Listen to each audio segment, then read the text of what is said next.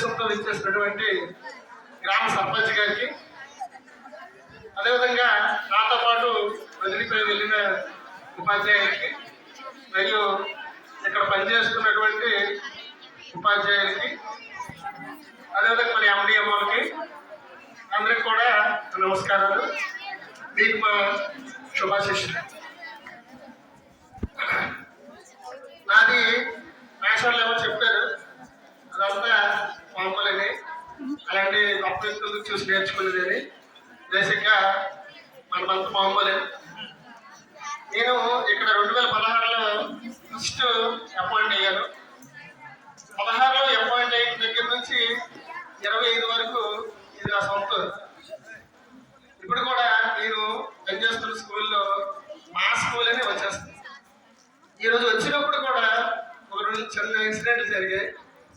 అదేంటంటే, నేను స్కూల్కి వస్తున్నప్పుడు, మన స్కూల్కి వస్తున్నప్పుడు 10th క్లాస్ పాస్ స్టూడెంట్స్ అందరూ కూడా ఊగిపోయారు. సూర్యతేజ బస్సు అనుకుంటాను, 2 బస్సులు బ్లాక్ ఆగిపోయాయి. అంటే వీళ్ళందరూ నిలబడ్డారు. ఏదో కోయిన్సిడెంట్ చాలా బాగుంది అనుకున్నాను. తర్వాత నేను అలాగా స్కూల్కి వెళ్తున్న ఫీల్తోనే ఇక్కడ వరకు వచ్చాను. అందు గురించే ఇక్కడికి వచ్చిన తర్వాత ఒకసారి కొంత కాదు కదా అనిపించింది. కానీ నాకు మిగిలిన వాళ్ళందరికన్నా ఎక్కువ అనుబంధం ఈ పరిసరాలతో, ఈ పాఠశాలతో ఉంది. 9 సంవత్సరాలు, 16 నుంచి 25 వరకు. మరికో 10 సంవత్సరాలైనా ఇక్కడ చేసేయడానికి నేను సిద్ధమే. కానీ గవర్నమెంట్ పరిస్థితులు సహకరించలేదు. నేను అపాయింట్ అయ్యేటప్పటికి నుండే కండిషన్, హెచ్ఎం గారు సరైన మంచి దీంట్లో ఉండేవాళ్ళు, కానీ స్టాఫ్ అనకూడదు, అంత కోఆపరేటివ్గా ఉండేవాళ్ళు కాదు. అంటే ఇప్పుడు మనం చూస్తున్నంత స్టాఫ్ అయితే కాదు, నిర్మోహంగా చెప్పేస్తారు. దాన్ని జస్ట్ ఒక్క 1 year తర్వాత మనకి చాలా మంచి టీచర్స్ వచ్చారు. హరిభాషారు, ఉన్నభాషారు, కృష్ణరామేశారు, ఇలాంటి వాళ్ళందరూ వచ్చిన తర్వాత ఈ టీచర్స్ అంటే సర్వీస్ ఉన్నంత మాత్రమే ఇగో ఉంటారని అలాగేం లేదు, అందరూ ఒకటే అనుకున్నారు. తర్వాత ఇంకొక బ్యాచ్ చూశాను, వాళ్ళు ఇంకా వాళ్ళకన్నా చక్కగా ఉన్నారు.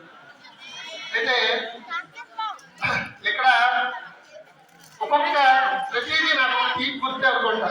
ఎందుకంటే నేను అక్కడ ఆ చెట్టు అది కట్టవడానికి ఇంచుమించుగా మల్లేశ్వరం వేషాలు నేను చాలా సంవత్సరం ప్రయత్నించాము. దాని వయసు చాలా ఎక్కువ.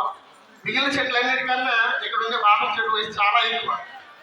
ఆ ఎదురుగుండే చెట్టు కన్నా పెద్దది, అది పెరగలేదు. కింద పునాదురాలు ఉండేవి. తర్వాత అక్కడ కురాయి చెట్లు, ఇవన్నీ కూడా హెచ్ఎం గారు, మేము అంటే పాత హెచ్ఎం గారు మన రాఘవేశ్వర టైంలో కూడా అది వెళ్ళిపోయేటప్పుడు వేసాము. ఇవి చూస్తుంటే ఒక ముచ్చటగా, అదొక ఆనందంగా అనిపిస్తుంది. చెట్లు చూస్తే, నీరు చూస్తే ఇంకా ఆనందంగా ఉంది. ఎందుకంటే మీరందరితో కూడా నాకు మంచి వెళ్ళిపోయిన వాళ్ళు ఇక్కడ ఉన్నవాళ్ళు. ఇకపోతే గ్రామం గురించి చెప్పాలంటే, గ్రామంలో ఉండే వాళ్ళందరూ కూడా చాలా పాజిటివ్ యాటిట్యూడ్. ఇంకో ఊరు వెళ్తే తెలుస్తుంది గ్రామం గొప్ప.